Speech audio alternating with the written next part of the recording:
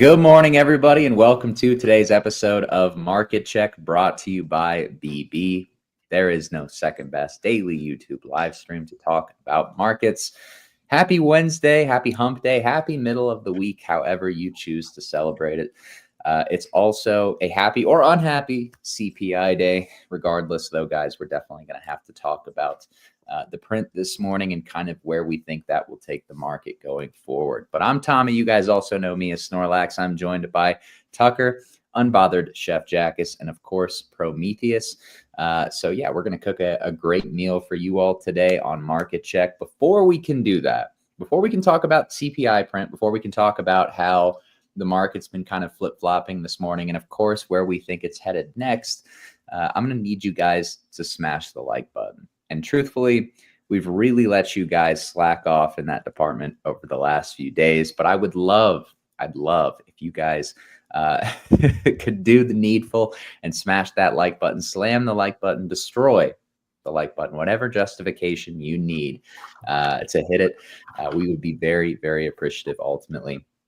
I don't want to have to look at soybeans today. I'd love to just look at the coins. I'd love to just look at equities. And yeah, if you guys could do the needful, smash the like button so that I don't have to pester you about it again on this show, that would be great. But let's talk about the market. We did get a hot CPI print. I think expectations were right around 3%, more or less, but really it was core that came in a little bit hotter than usual. But it's all about how the market reacts, how the market is positioned. The data itself is not quite as important as the aforementioned factors. And I think what this probably signals is that yields are probably going to continue to move higher. Whether or not we actually get another rate hike, I think is completely up for debate. And I would, in fact, agree with you. We're probably not going to get another rate hike, but we don't see the Fed until March. And in the meantime, we could see rates, yields rather, especially the 10-year, for example, continue to move higher, potentially even trade into that 5% level before we see the Fed talk about interest rates again. And now you're kind of already seeing, I think as well, a dynamic that we've discussed on this show is likely to play out. And that is that you're probably going to see the Fed clash with Donald Trump over interest rates. You're kind of already seeing it this morning. I think maybe a precursor, a warm up. But over the coming months, I imagine that that narrative continues to persist and will continue to play a big role in how markets trade. But yeah, I mean, obviously, there was some de-risking into CPI. The data was bad. Could we get a bounce out of here? Yes, we could, because I do think there were enough hedges put on that it makes sense that we could bounce from here. But I do think that we're in a very interesting place, right? When I look at Bitcoin and ETH, this is kind of that level of support that must hold, or else you're going to see lower prices probably this week. But of course, like we said, I don't want to lean against too much the positioning, which definitely de-risked into CPI. So we'll see how that continues to play out throughout this week. I do think that's a very interesting push-pull dynamic that we'll probably be discussing on more than just today's show. But yeah, I mean, looking at crypto, it kind of encapsulates what we like to joke about. It's so over. We're so back. Crypto flipped from red to green to red to green. We're just kind of waiting for some clarity, I think, from these markets to be able to make more discernible takeaways from something like CPI. But the print was hot. We'll see what happens with positioning. And yeah, I'd love to know what you guys are thinking about the markets, because I imagine most people were expecting this.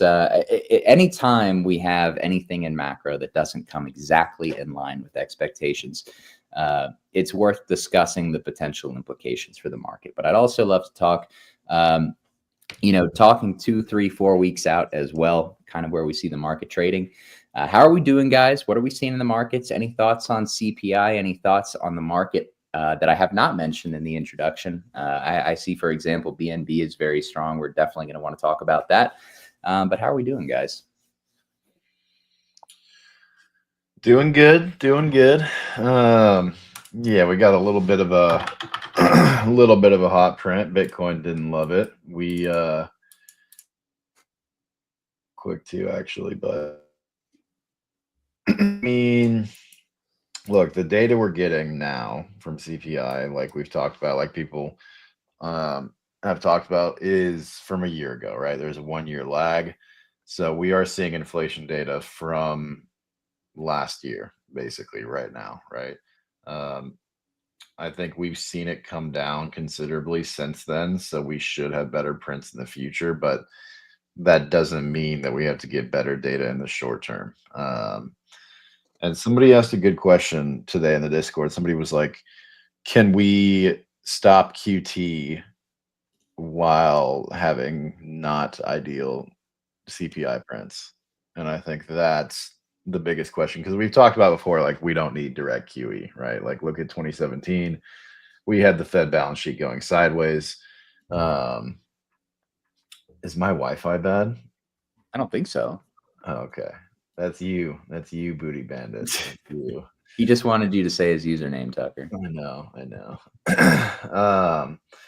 But yeah, I think so. Look, first we have to discern: do we need QE? Do we just need a slowing of QT? We look back at 2017. We just need to slow QT. We just need that Fed balance sheet to go sideways. Now, can we have that happen while having hot CPI prints? I mean, I would say probably not, right? Like we would want to see better data, but it's possible given the pressure that Trump is putting on the Fed. I mean, he said like 10 minutes ago that we need to lower interest rates. So there is this battle going on between the White House and and Jerome Powell. So we will want to see how that resolves. But yeah, for now, I think hot prints are not great, which is not a super hot take, but um, kind of I mean, not a nothing burger, like we sold a little bit, but not terrible, right? Like we're not actively breaking down. DXY is still ranging here. So I don't know. What do you guys think about that? Like, do we need better prints to slow QT?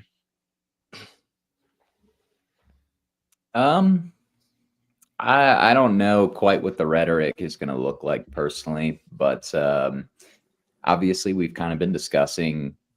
I think the rhetoric will be framed largely around what the 10-year is doing, right? Because that's ultimately going to have the biggest impact on the market is what yields are doing. And today, the 10-year just so happens to be incredibly strong. And this is something that we were talking about yesterday, the possibility that we do trade up to 5%. Maybe we don't quite hit 5%, but trading up and around that level, making one more high on the 10-year, and then probably sweeping that or turning that high into a sweep. And eventually, that correlates very well with them potentially cutting rates, later this spring or at some point in Q2. That would be my guess. I don't know quite what the rhetoric is going to be around the data. I do think if yields continue to go higher, that will continue to put pressure on equities. Trump does not want that. And so for that reason, I think this battle between the Fed and Trump is probably just getting started. And I still feel pretty good about who I'm going to back to win that battle eventually, but I don't know that we're quite at the inflection point where that power dynamic is really going to single-handedly move the market. Mm-hmm. Yeah, I think too, Trump's tweet this morning was probably because of what the 10-year is doing. I talked last week that was a big talking point for him and a lot of his elected officials, and bringing down the 10 years is going to be really, really important for them. And I just think, yeah, I mean, I'm in the same boat as Tommy. I mean, you're going to get Trump trying to strong arm. He's tried to strong arm. He's literally strong arming countries, who's Jay Powell and who's the Fed to him. So it's going to be interesting what happens. Jackus, what do you think? Can we slow QT with bad prints?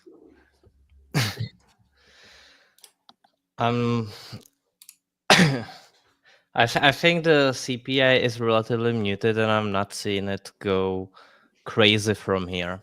I think just because we had like a decimal point miss doesn't mean end of the days. At the same time, it doesn't mean that QE is coming tomorrow. It's like I think we are kind of stuck here right now, basically. As we said, we over the past days, and so that we expect the 10-year yield to go higher.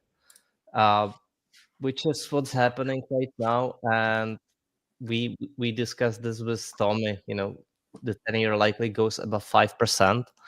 I do not see it as that they will hikes. They will rate hike yet. But obviously, we've seen some changes in the prediction market when it comes to cuts too. I just generally think it's going to postpone thing and just make the range even more annoying than it is right now, more or less. And I still am not seeing signs of stuff to be overly bullish right now. So yeah, I suppose again it's about the longer term trend. I wouldn't view it as like 1 decimal point miss and it's literally over. But at the same time, it just shows you that it's no immediate QE. It's likely, I'm not sure if it's end of QT just yet, but that is going to come, of course, at some point. But the thing is, again, at what point? So I don't know. Yeah, I think the numbers too, from like a sentiment reflection standpoint, as we know, it's not favorable to what the markets are wanting, and I think it kind of still leaves the broader markets kind of on their back foot per se. And to see like true, to see the markets really trend and see strength in the risk on assets, you're going to need to see markets essentially be able to digest the data and get certainty from it so that they can derive, so then you can probably derive from that the direction the trend will be strong. I think it's going to take time, right? Like Jack has said, it's not the end of the line, but at the same time, it's not what the market wants to see. I think it's, we're kind of still diddling in the middle, and ultimately there is going to be, like, it's gonna play out in my eyes as, I think you see probably potentially one more phase of expansion and volatility, probably to like 23, 24. And that will allow the, ES to reset. We've obviously seen the 6,100 as a sticking point. I think 5,800's a nice price to come down to. And it'll allow also a lot of our other assets like, BTC and ETH and alts to finish pacing out.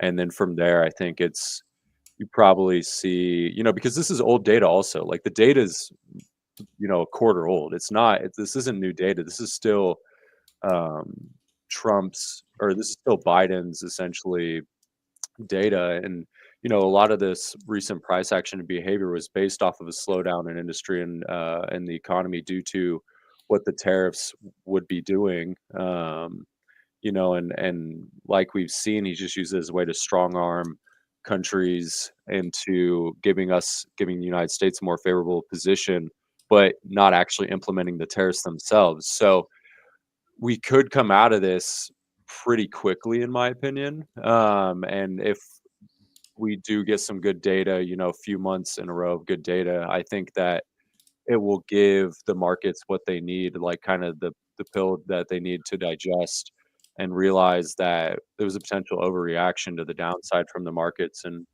will allow us to end resolve higher. So just kind of my thoughts. Yeah, I think this window of time specifically is interesting to me, right? Because we don't hear from the Fed in February. So the market can price yields however it is going to, with basically like another month before we hear from Jerome Powell again. I feel like some of the jawing back and forth that we're seeing between Trump and Powell is, almost kind of like trying to suppress the impact of something like today's CPI. I know Powell said yesterday he wanted the neutral rate to be a little bit higher. That was, in hindsight, him kind of letting everybody know the CPI print was going to be a little bit hotter. But I think at the same time, you have Trump that's trying to talk the bond market down a little bit by saying he wants lower interest rates. But, we don't hear officially from the Fed chairman until March. So maybe this is the period where the market's imagination runs a little bit wild. Yeah, let me Let me cook on this real quick.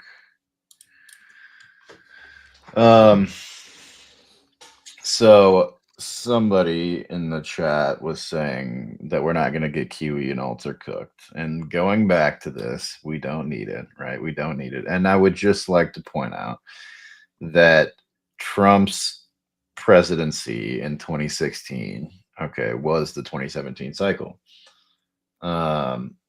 where we saw net liquidity go sideways, Bitcoin ripped, others ripped, okay?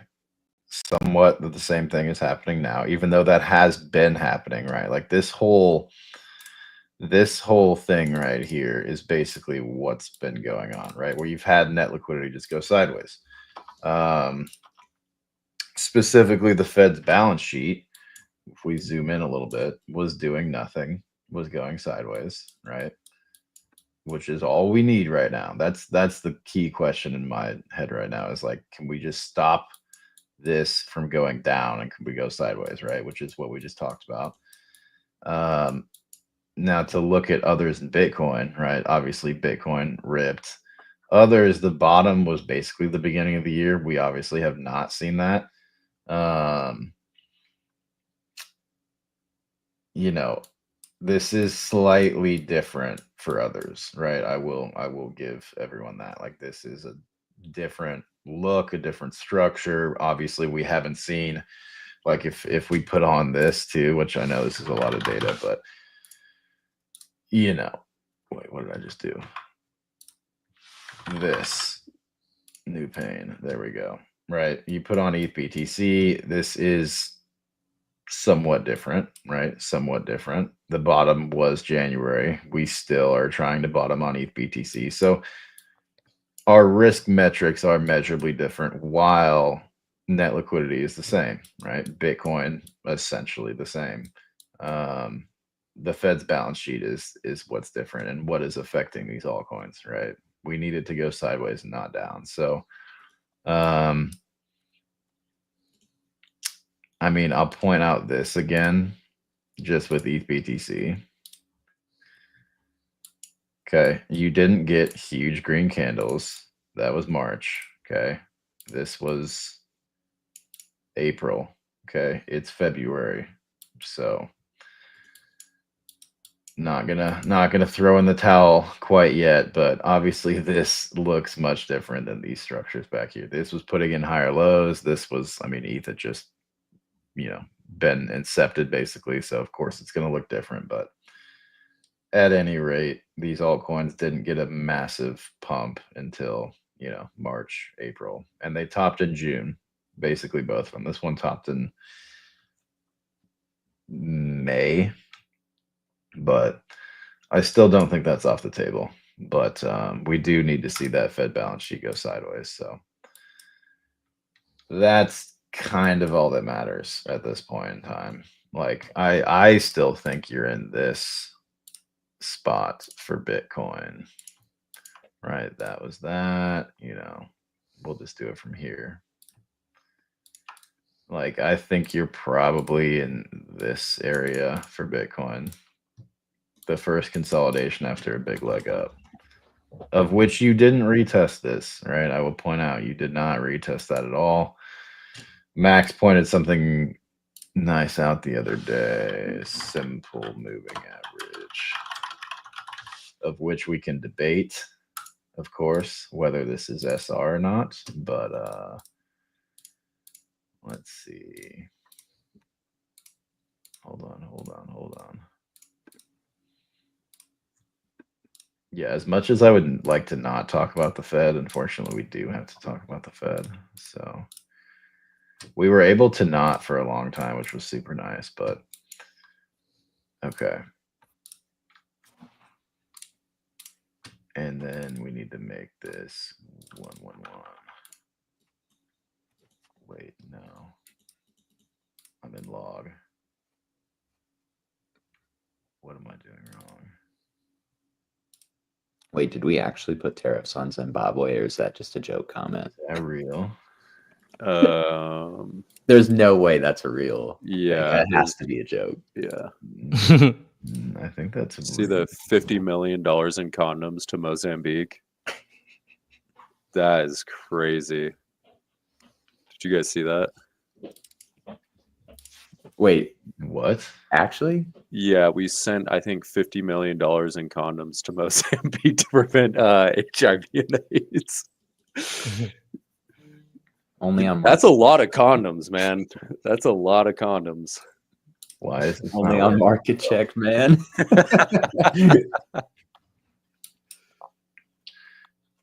Why is this not working, bro? Someone fix this for me. 111-day moving average. Why is it wrong? What's wrong with it? It's not right. It's not right. Maybe it's because based on the weekly. Maybe you want to base it on the daily. It should be by chart, right? So weird. I think it's basing the 111 based on the weekly, and I think you want to do it on the daily. No. No.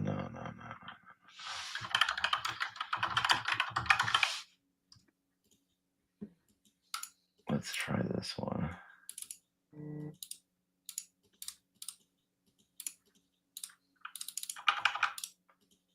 Dude, what? Max?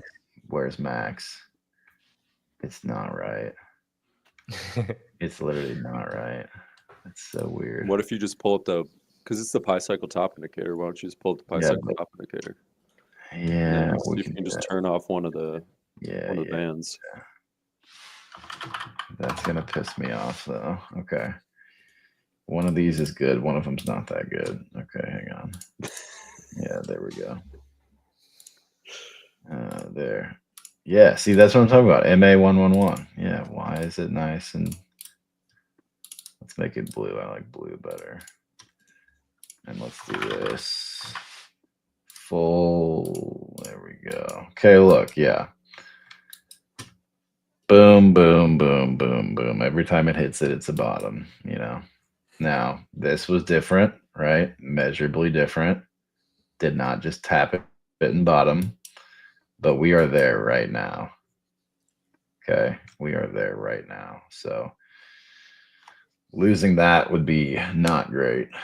Losing that would be not great. Losing that would indicate to me that it's not over, but that we're going to do some, some BS like that for a minute, which would be very, very unfortunate. Okay, some comments. I think DK wanted Bitcoin versus gold, and Dorito wanted Tesla over Bitcoin. All right, so when you say Bitcoin versus gold, do you mean that, or do you mean side by side? Because I'm sure you mean side by side. Actually, I don't even know why I'm asking that. I'm sure he means side by side.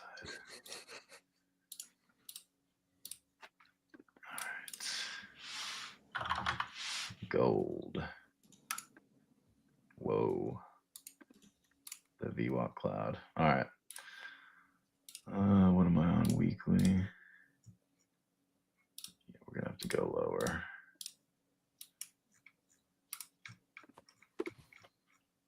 Okay. Yeah, I'm gonna need y'all to hit the like button. Oh, Tommy. This is outrageous, man. Tommy, They're getting way too complacent with the like button, man. Oh no. We're gonna have to stop. We're just gonna have to stop the show at a certain point. I see what you're saying. All right, so I think the contention is this, which I would be biased to agree with, of course. How long did this last? Oh, that lasted a long fucking time. That lasted a long time.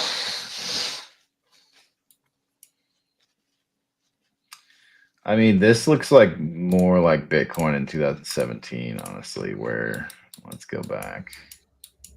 Wait.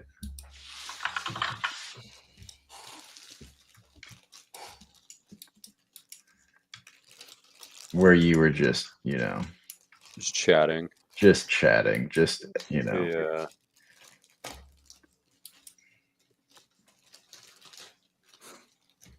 never really based out there on Bitcoin, but Yeah, it looks pretty similar. Looks really similar, actually. I guess if we compare it to now, what do you guys see? Like, let me zoom out a little bit. Who did that? That was quick.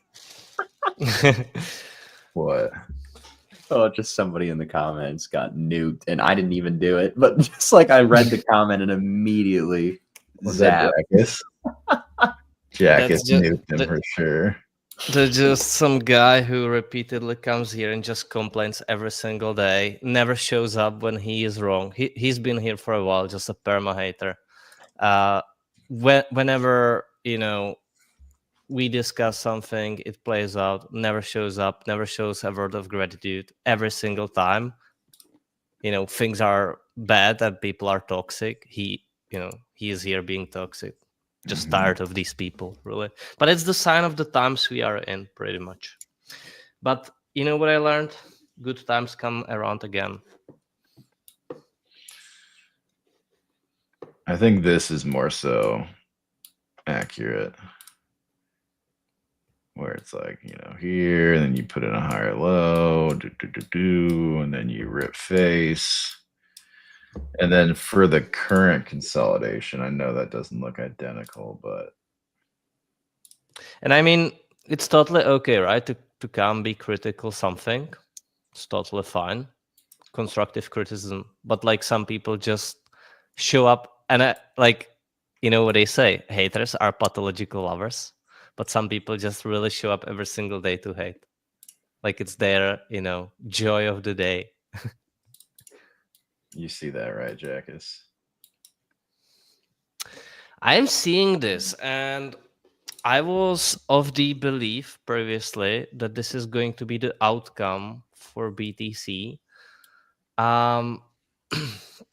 Right now, I am thinking still for certain reasons that, but to be honest, as I said many times, BTC to me remains to be like bullish on so many time frames, especially the important hard time frames ones. Even though if I'm currently thinking that we are likely, not saying straight from here, right? Because to me it's a range, and I'm really interested only in levels that are above 106k or that are below 92, and in between it's just noise to me. But even if we were to get that dip to 85, which I think we will, then doesn't change anything for me, and I still think BTC looks very good overall. Yeah, and that would time up really well with a pullback in equities that we've kind of been watching as well, which would be, ideal. That is my expectations, Prometheus, still. I'm really trying to be as unbiased as possible. Second guessing myself every single day. I think that pullback for equities is going to be this pullback, and then it's going to be turned around quickly. Yeah, and on to gold versus Bitcoin, Tucker. So Bitcoin has had, obviously the supportive flows from BlackRock, but gold has had China. China has been twopping into gold recently. I don't know if you guys knew that. Buying up massive amounts of it. And I mean, yeah, the Asians and Chinese, they love their precious metals. They do, man. They were lots of people are not talking about this, but they were literally lining up kilometer or you guys have different metric system, but they've been lining up in very long QEs and to buy physical gold and silver in China, which I find crazy to be the case in 21st century. Well, it's like we were saying yesterday, it's pretty much nobody trusts anybody else's collateral. And I feel like they're right to probably be distrustful. Yeah, I mean, I don't hate that fractal, though. One thing we could discuss maybe is Baba. We should talk about Baba. Mm-hmm. Because I like to. You guys know I'm bull by heart. I do not like to be bearish, even though the market, sometimes is telling me that. Baba is a chart that's so much bullish to me, and it does.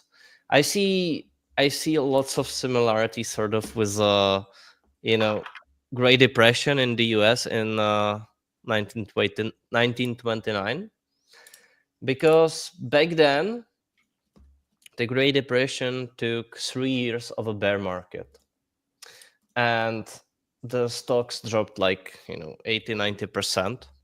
When I look at Baba, I see something similar. You have a rising nation that is, no matter what metrics you look at, you look at, and it's not like I'm, I'm excited about this or anything. I'm just like, speaking what I'm seeing once again. Just need to clarify it these days, as it seems. You have a rising nation with lots of patents along the way.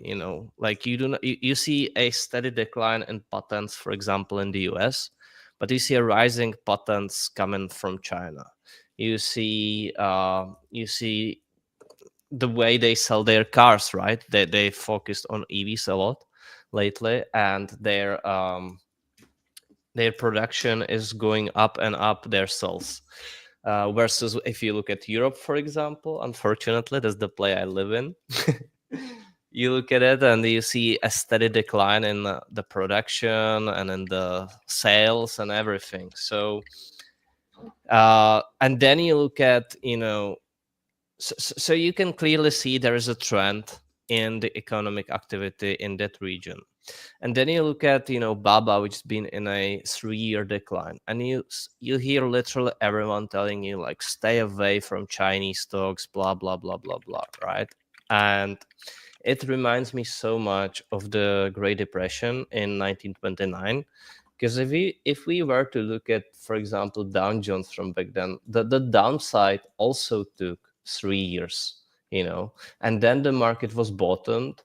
And yes, it took some time. I think the times are different than they were back then, because we live in a you know way faster age.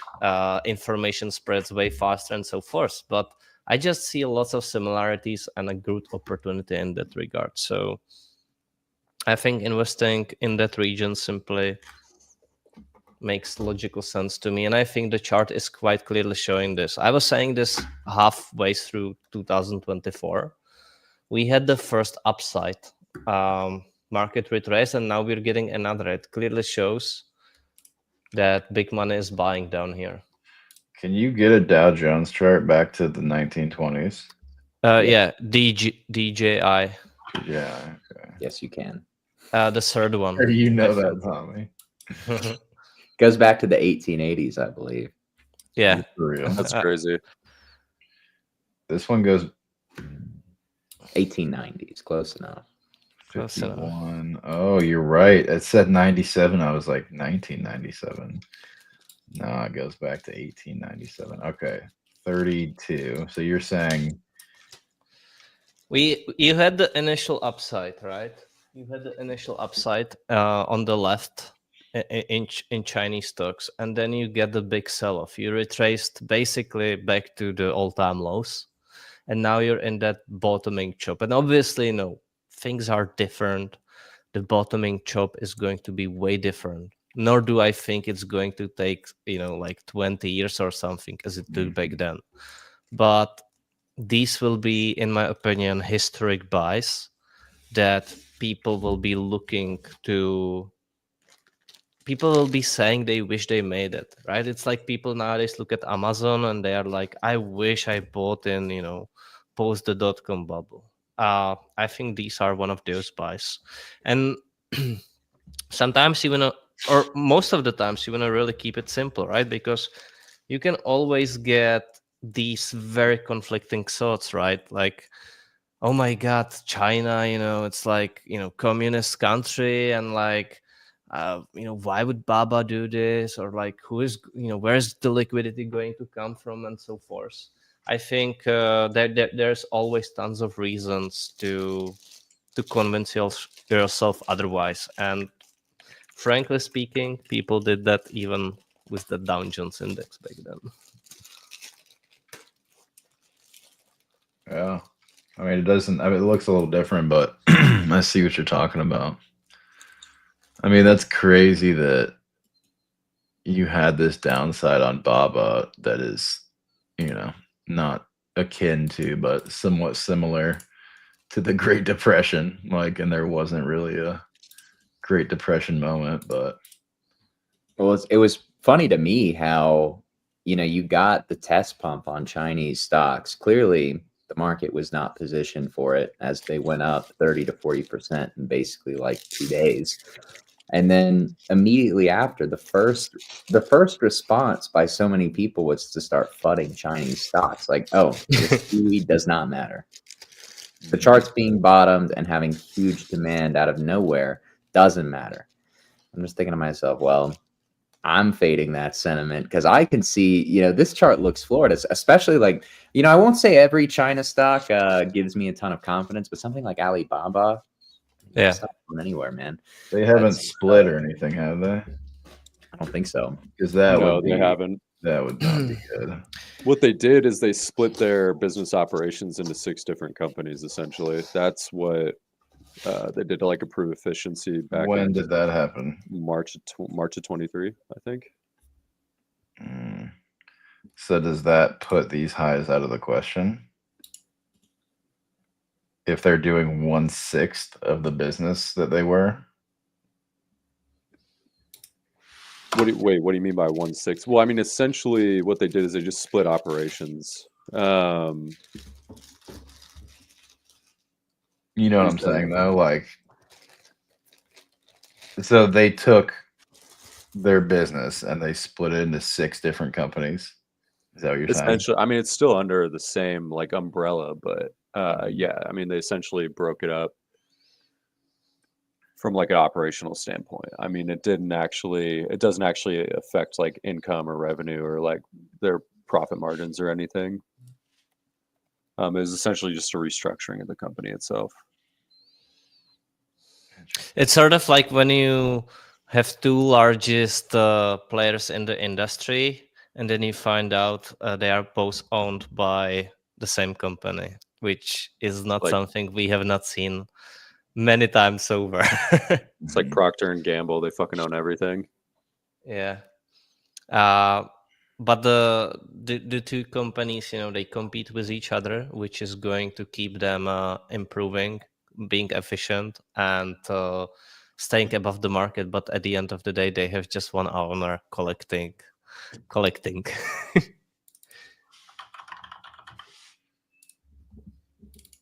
This thing's been a tank as well. I do not know, guys. I feel like, this is where the wealth is created, by spotting these types of plays. It's always been like this for me. It's not in in being a 1-minute scalper, I would say that. I mean, I'd say it looks more like that.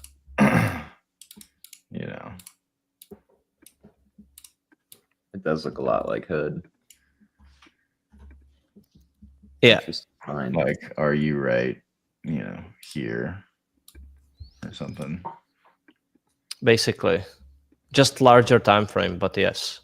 Like, are you on that like second? Maybe you pull back and then just break out. We'll see.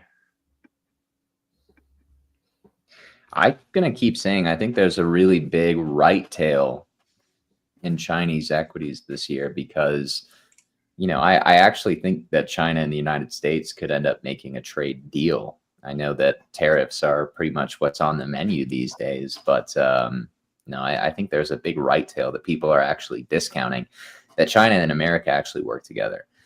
Not in a way that's like we're best friends now, but in a way that allows China to be able to stimulate through a weaker dollar. But that probably occurs after, these trade deals are locked in at higher valuations on the dollar versus, I never know how to say the Chinese currency name, or at least if I do, I always say it incorrectly. So Yuan. The yuan, yes. The dollar versus the yuan. I think they'll probably lock in a trade deal that's very favorable to the United States, and then you'll see the dollar start to come down. China will be able to stimulate. Yeah, I think Trump would love to be the one to make that deal too. Yes. Yeah. Trump just made a tweet, well, not tweet, but post. I think you guys maybe discussed that, but that he's pushing Fed, and I think this is what you guys were discussing, that there's going to be like this fight between Trump and Jay Powell. Yep, there definitely is. Inevitable.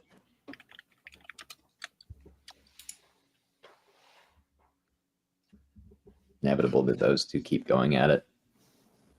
Two conflicting incentives, right? Or two people with very conflicting incentives, but I think they can align more easily than people would like to believe, right? Like the rhetoric that the president will have no say over the Fed or interest rates. He can't boss Powell around. Like, I say, good luck with that. Good luck thinking that. I mean, we already saw the Fed and the presidency, and at least in 2022 and 2023, clearly the presidency and the Fed's objectives, their incentives were aligned at that point in time. It's all about kind of how you what is the phrase? How you scratch the Fed's back, more or less, right? Like, I don't quite know how to describe it, but obviously in 2022 and 2023, and even 2024, the Fed's incentive was, obviously they want to keep their jobs. Who is going to be elected that's more than likely going to keep them in that position? Well, that didn't happen, even though we talked about how the data was definitely manipulated over time. But I don't want to get too deep down into that rabbit hole. I think the main point I'm trying to get at is the incentives of the president and the Fed can align more easily than I think people realize. Yeah, I think it's only a matter of time. Yeah, we'll see. We'll see what happens. I think it's going to be interesting over the next 3 months how they what happens and how Trump incentivizes and kind of like how he's going to incentivize them. I gotta agree that Pavel, in his term, like everyone laughed at him. I have to admire him to some degree, where I think he managed. He wasn't in easy position. We faced literally the hardest inflation in 60 years or something.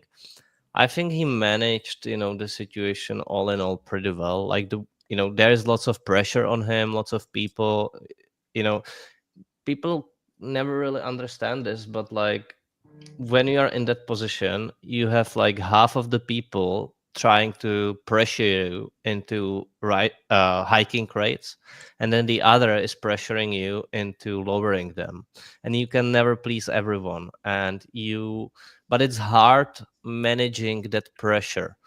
And I think all in all, I think he managed well, pretty much. I cannot recall a central banker that did better than him in the last periods. Well, I think it's always tough. I feel like being a Fed chair, because most Fed chairs are assessed on the results of their term much further down the line than in the moment. So I would say right now, I think Powell has done a fine job. But we truly never know the implications of the Fed's policies until a few years down the line, and history will ultimately be the judge. But I agree with you, Jackus. I think he's done a pretty good job thus far. Yeah. I mean, it's true that we do not see those results until obviously later on. But we'll see about that obviously in time. But I think he has done an But like objectively speaking, and I know lots of people will hate on him regardless, but I think objectively he done a really good job so far. I think so as well. What do you guys think about dominance here, huh? Dominance. Well, I think the only signal is Berkshire hitting 1 million per share, and then we top. I think that's the cycle top. Berkshire hitting 1 mil. Yeah, we're at 3/4 already. Berkshire. I think with Bitcoin dominance in the same way with ETH Bitcoin, like I'm not really expecting it to fall from technicals. I think it'll be more fundamentally driven.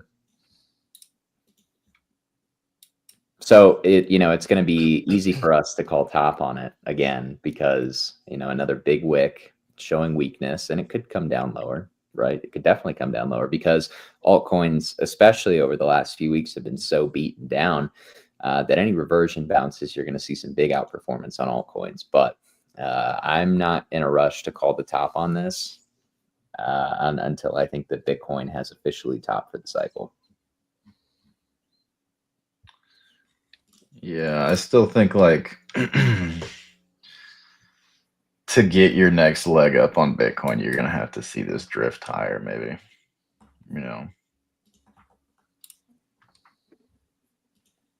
I mean, I guess you can. Like, let's look at 2017. Well, that's actually gonna be not great.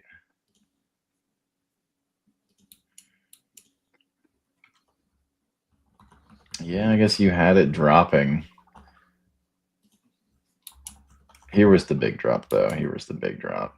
And that was basically the top. Like, I don't think you get this until Bitcoin's topped. Right? That was December of 17, so.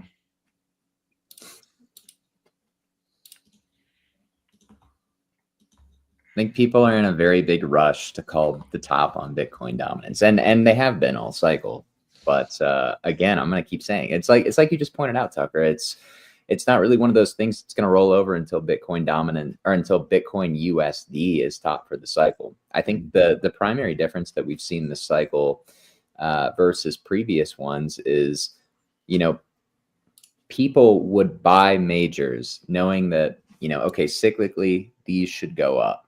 And then after they had attained wealth through those majors appreciating, then you would get the capital rotation into altcoins because they felt like there wasn't as much ROI, there wasn't as much yield that was still on the table. But now it's like we skipped those steps. People know the cycle. They're familiar with the eventual rotation. So everybody kind of skipped the part where you buy majors and just went right into alts. Very heavy beta.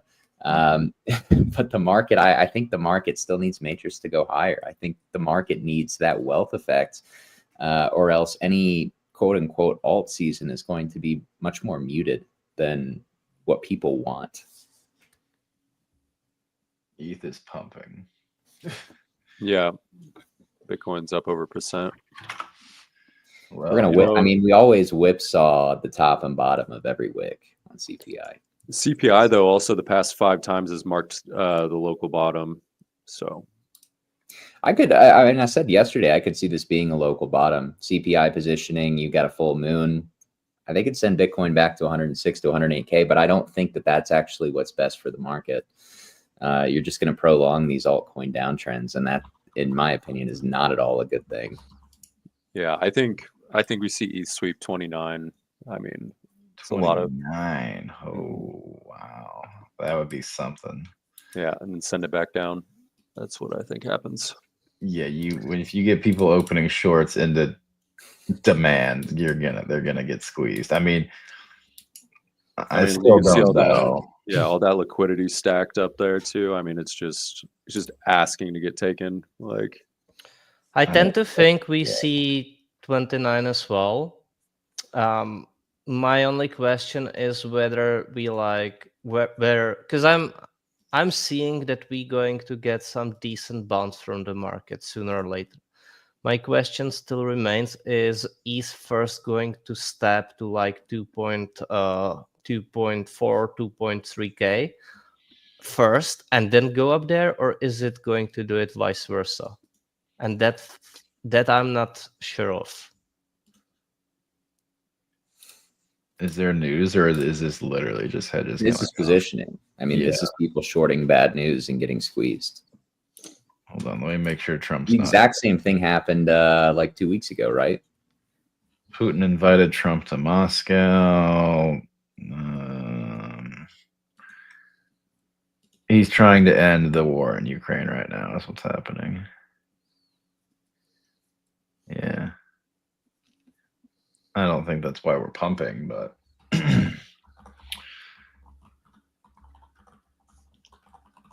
I think you see this pump get faded. Yeah, I think so too. I think we need a lot more time down here, and I think that we need a lot more shorts piling in and kind of the order books being reset more. I mean, what we just had was, as we all know, the largest liquidation event in in history, and it's like you think everybody wants just a V recovery immediately out of the lows. From a probabilistic standpoint, that is just not what happens. And everybody's reflecting on the COVID fractal, but that was a complete regime shift, right? That was a complete change in the dynamics of the monetary system of the United States printing an obscene amount of money. That's why we had that V recovery. Go back and try to find another V recovery like that. You likely won't be able to, outside of 08 and COVID. Like, those are two very, very, very outlier moves and outlier events. I think from just a normal perspective, if you look at the Ethereum chart right now, I mean, we've essentially been ranging for 12 months. And what have they been doing the entire time? What have market makers been doing the entire time? Everybody wants to blame this sell-off on, the tariff news.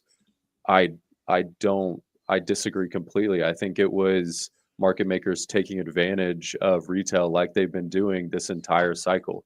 Market makers and big institutions are not incentivized like they were last cycle to just pump the shit out of everything. No, what they're more incentivized to do is essentially farm retail participants, and that's what they have been doing.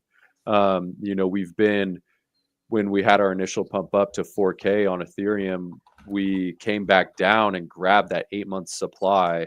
It took 8 months. We came back down and grabbed all that demand and built up liquidity on the top side, and then reaccumulated. What did we do? We went and grabbed the liquidity back up at 4K. And then what did we do again? We came back down. We grabbed all the liquidity at 2K.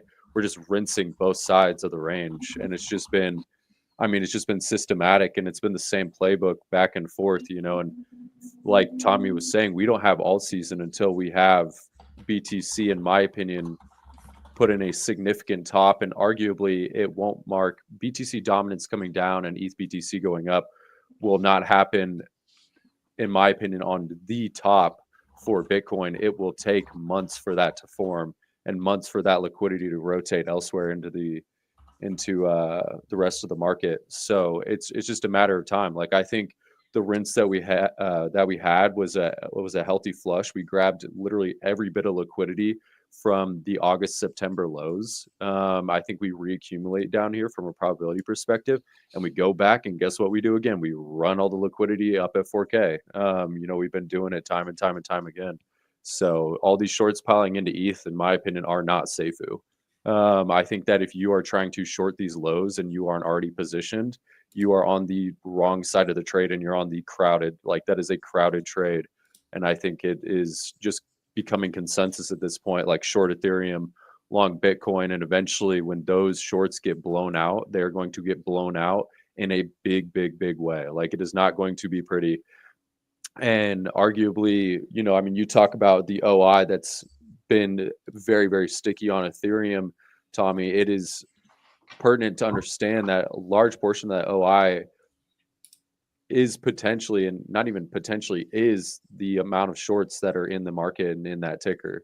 So I think it's just a matter of time. I think it was a healthy flush. I think that the tariff news was just a ploy for market makers to send it lower, and for essentially the people that were longing the ETH quote unquote breakout, expected breakout of 4K getting rinsed, and everybody just getting essentially ripped out of their positions. Market makers are going to accumulate again around these levels, and I think we send it back higher, grab the liquidity of 4K. I mean, that's just my thoughts. I think if we go below that wick at 2,000, we've talked about it. You know, the boogeyman comes out of the closet, and I don't know if it'll be very good for everybody. So for me, it's not really an if we revisit that wick, it's when. I think the longer we go without revisiting it, honestly, the worse it'll be for the market. But it's not a secret. There are a lot of shorts on ETH. This is something that we've talked about before on this show. I think they were I wouldn't say that they're in an unfavorable position right now. They had the potential to really get squeezed when we were trading up near 4K, when we were threatening that breakout, right? You break value, that positioning that builds up over months and months and months of time finally has to start to unwind. And unfortunately, we did fail the breakout. So although there are, like, let me be clear, there are a ton of shorts on ETH that have come in since the start of 2024, since ETH initially started forming this range. But I don't know that I think they're in an unfavorable position right now. I think if you are looking for a V recovery, I really think it's going to take time. Like, if you're expecting us to be back at, I'm not saying you, Prometheus, I'm just saying in general, I think if you're looking for ETH to be back at 4K in like March, you're probably going to be really disappointed. No, to be specific, I am targeting end of April actually for ETH back at 4K potentially. But I will say it's going to take us ranging down here for us to have another expansive move to 4K. It's going to take us some time. Like, it's going to take probably, you know, a month. So it's like, get comfortable at these levels. You know, everybody asking for immediate V recovery back up is, you know, it's likely not going to happen from a probabilistic standpoint. I do think, I want to clarify, I do think part of the wick gets filled. Now, do I think we revisit sub 2,000? Not until the bear market. I think that you could potentially fill in some of that wick. I am targeting 2,300. But I do believe that any downside is actually muted because of the amount of positioning to the short side that's currently on right now. Like, everybody's expecting that move.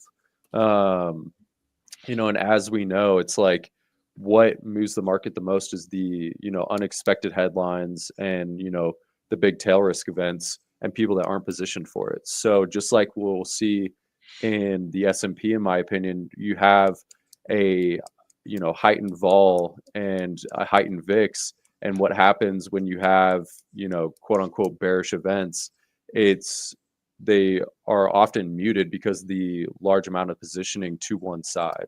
When you have the Japan carry trade, the whole debacle, for instance, you know, nobody's expecting that. And what happens? The VIX gets blown out, right? And you have large sell-offs across the market. So like I said, I think it's a crowded trade. Do I think there's still more downside? Yes. Do I have hedges on? Yes. Do I think we see sub 2K? No. Do I think that the short trade at this opinion is becoming a little overcrowded? Yes. And I think that too, if you want to see continued upside, I think that it's going to take time. Like I said, potentially like a month and a half of ranging down here, get comfortable with these levels, get more shorts piled on, get more people, get sentiment more bearish. And then, like I said, targeting end of April for the expansive move back up to 4K. That would also kind of coincide with what we've been doing. This entire bull market essentially has been front running bullish events and bullish news by about 2 weeks. What would we be front running? BTC Vegas. So kind of some things that I'm on. And then Vegas. watch out when everybody's got to pay off their credit card after the conference. So watch out when the entire BB team is traveling. Oh my god. Last year, East Denver, we pumped. That's true. We That pumped. is true. Yeah. I mean, we got to mean revert at some point, brother. You know what I'm saying? Like, we got to mean revert at some point. Did you see? So funny. I think I'm honored. Jerome Powell looked pretty good as a youngster, I want to say. Let me see. Yeah, I'll take it. I'll take it. Did you find a picture of him? Yeah. Okay. He's not horrible looking. No. Should throw it as your background. No, Les Grossman arc, man. Less curse. Those Dude, who that know is so know. good. Fire dragon.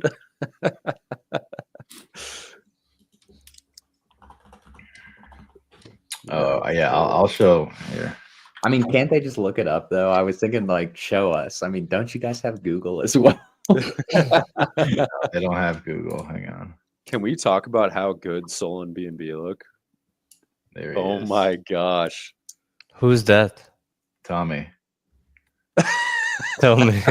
No, that's the young Jerome Powell jacket. Look at that tie. Oh my god. That is a bad.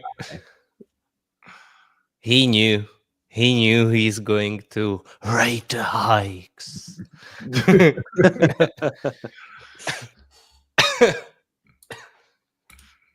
He was like, when I grow up, I'm gonna hike the whole country.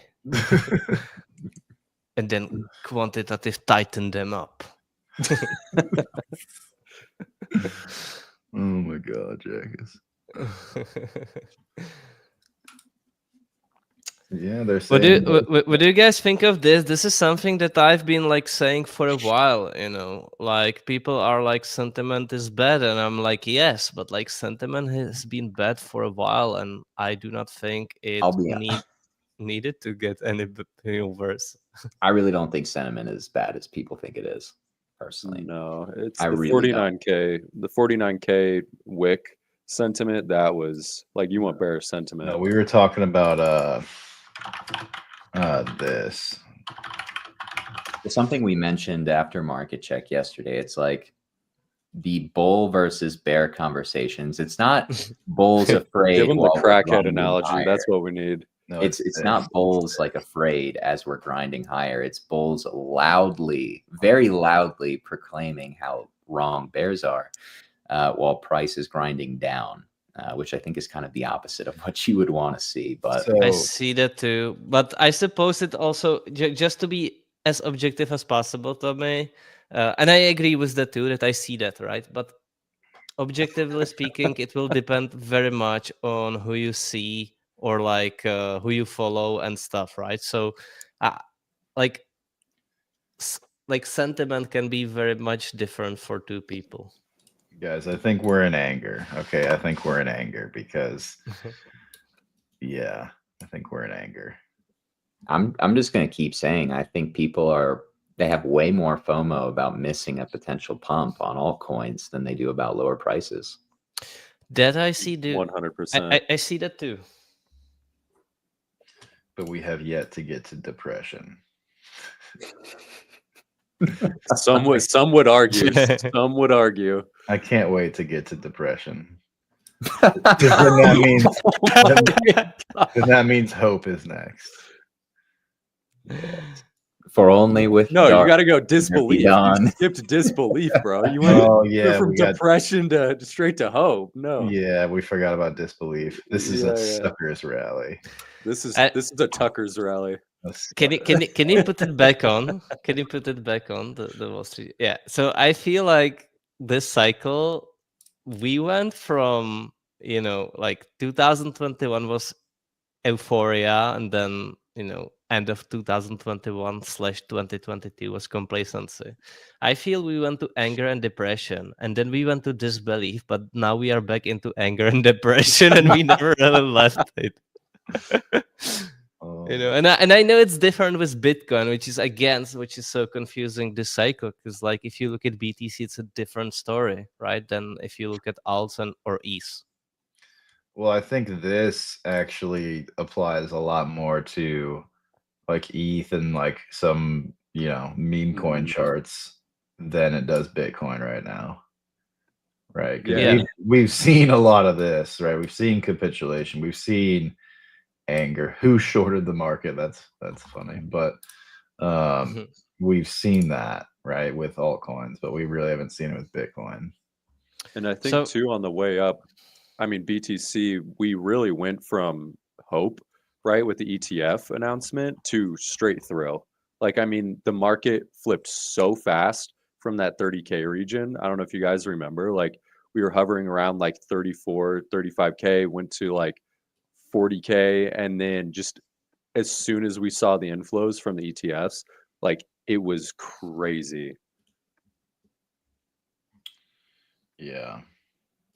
Yeah, so where I feel though, like, and I know this is probably not the best representative of like everyone or every chart out there, but if you look at it, right, this is what I mean. Like you have that Wall Street cheat sheet going up. This is the euphoria and this complacency shoulder, and then you dive to anger, and then you're in depression, and then you go into disbelief. But instead of going into that hope and blah blah blah, you end up back in anger and depression. So you're like you were quite clearly in a depression here, and let me just find like the first Wall Street cheat sheet I can find, so I can put it side by side. But so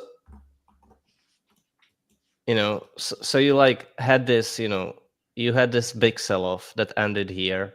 Then you get the bonds, you head into anger. So like this is the capitulation, this is the anger, this is the depression, quite clearly. And then you go into the disbelief. But instead of going higher, you go back into anger and depression. And then you get the disbelief and you're back into anger and depression.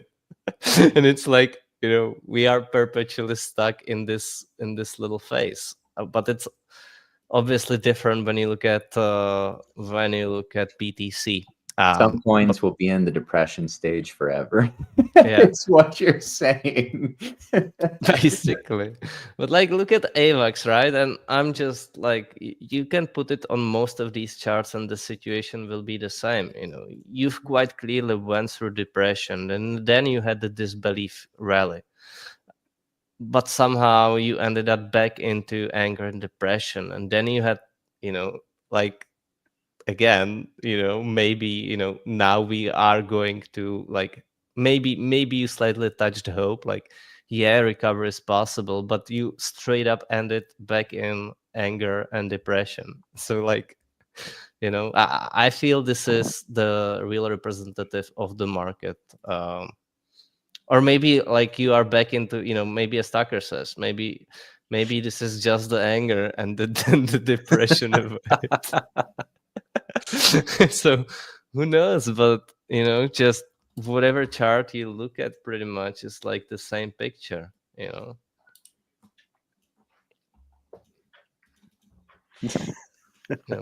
Whichever you want to look at these. Now I'm just looking at charts in terms of market psychology. Anger, depression. Yeah. So, in my opinion, the market was ready to recover sort of here. But all right, you got held it, and then it was, ready to go. But instead, you got held it again, and it's like, it doesn't make much sense.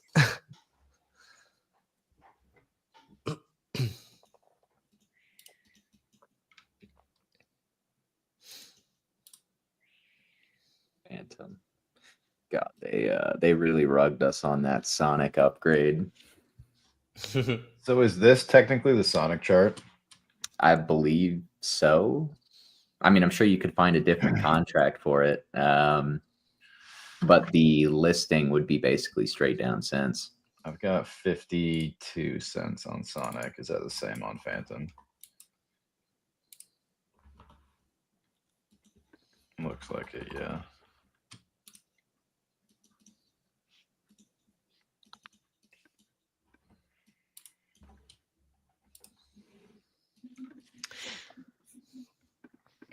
And I know there is going to be people who will say like, yeah, that was obvious, bearish OB, blah, blah, blah, bearish supply. And yes, in hindsight, but like, you never, it's never always the same. So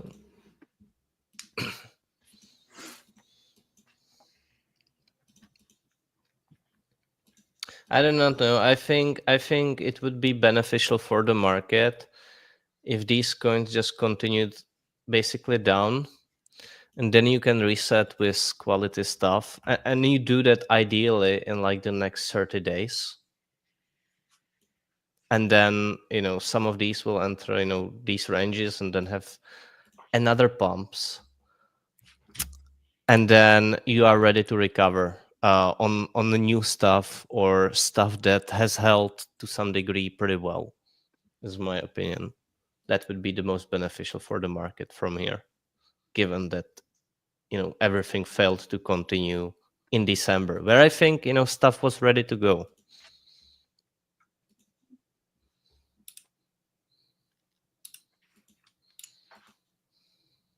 Yeah, it's like I wonder how long we continue to play this push-pull with Bitcoin while altcoins are in very clearly defined downtrends. What altcoins are not in downtrends is probably the better question to ask.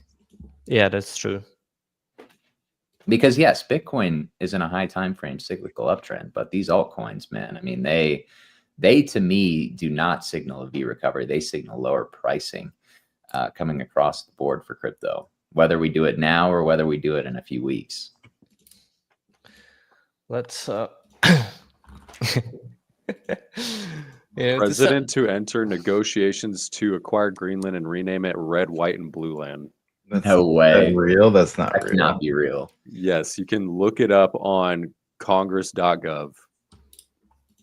No freaking way. Maybe we are right now, right here, guys. Give us hopium, brother. Give us hopium. Hey, Cisco's come back pretty well, kind of. But imagine being in this one, for 20 years. Mm-hmm. Like not bad, but my investments are with good companies. I suppose this is going to be the tough part, because if you look at Amazon, this is going to be the tough part. They had their .com bubble the same time, but then one struggled to really recover while the other went up. So finding the good ones is going to be the real challenge from here. But that, in my opinion, is going to be the theme for the upcoming weeks and then years.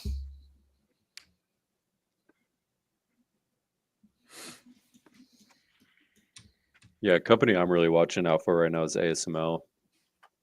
Huge company. They essentially have them. ASML. I know, but I'm positioned in LAM research, but I think you can't go wrong with ASML either. Yeah, I mean, they essentially have a monopoly on the market. Yeah, the same thing is with LAM research, basically.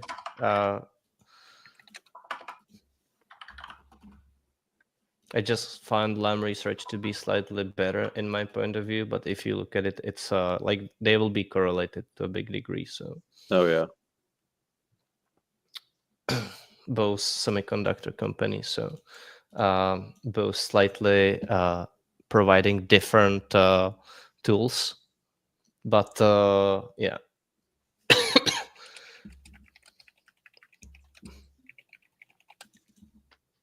So you long ASML, Prometheus? Yeah, it's one of my long-term holdings. I mean, yeah, I mean you can't go wrong. They make. Yeah, I mean you literally can't go wrong. You can't. No. I know. That's why I hold LAM research, because you can't go wrong with the one. And I'll just wait for it to do its thing. I'll be completely honest, not that I would like it, but I'm prepared for this too, if it's needed. ASML would probably do this too. Totally fine. And I think it's ready to go for another, at some point. Again, it's sort of like Baba. You just wait for it, and then suddenly, one day they have new AI, and suddenly, price is going to go up. Plus good monetary conditions in China, and boom, you have a perfect combination.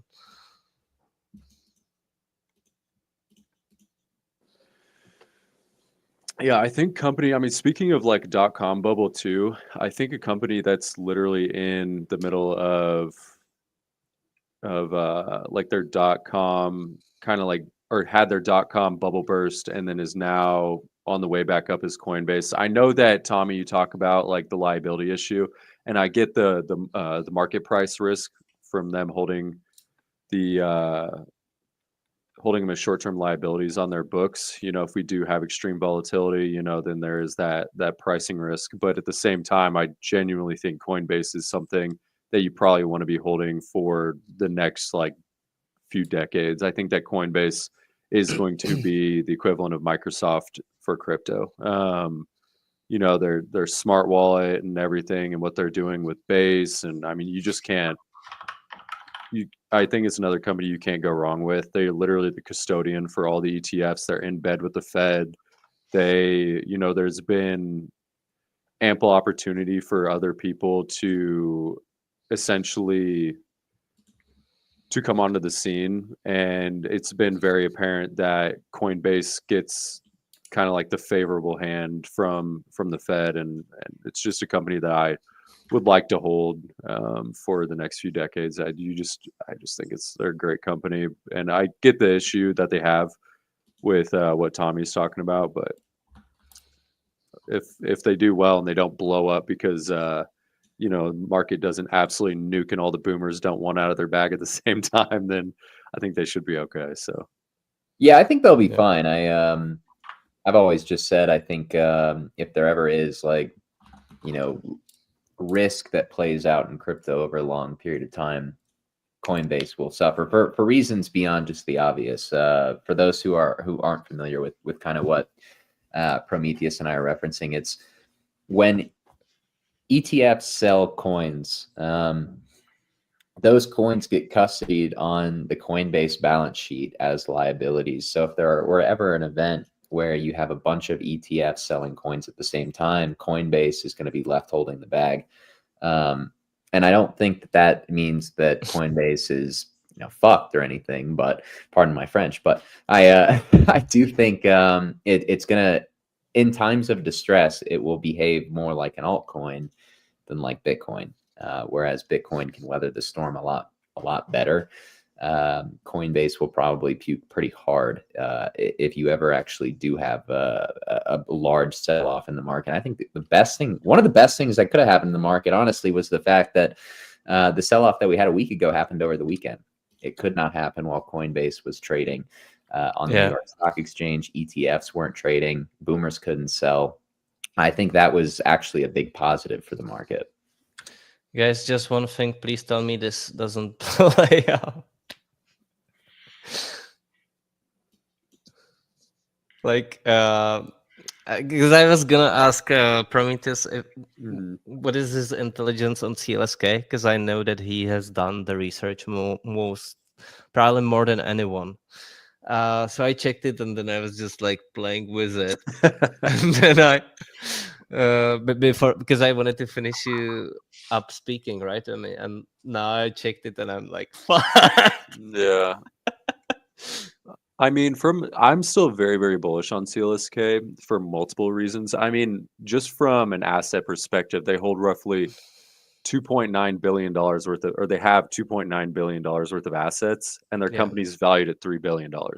Like they're quite literally trading at a 1 book to value ratio, which is unheard of in the stock market. Like generally everything trades at, you know, I mean, energy companies trade at like a 3 or 4, you know, and those are generally the, you know, the lowest valuations across the board. CLSK, the issue that miners have is there's essentially like a theta decay on miners if Bitcoin isn't going into extreme price discovery, or you aren't seeing Bitcoin just appreciate in general. And the reason that is because the network hash rate is always growing. And so if you have the network hash rate growing, which is essentially the overall compute of the Bitcoin network, and Bitcoin going sideways, then the companies that are mining lose a little piece of the pie essentially every day. But CLSK has done things to grow their hash rate tremendously, even through these times where Bitcoin has essentially traded sideways, to actually increase their Bitcoin holdings and what they're actually currently mining.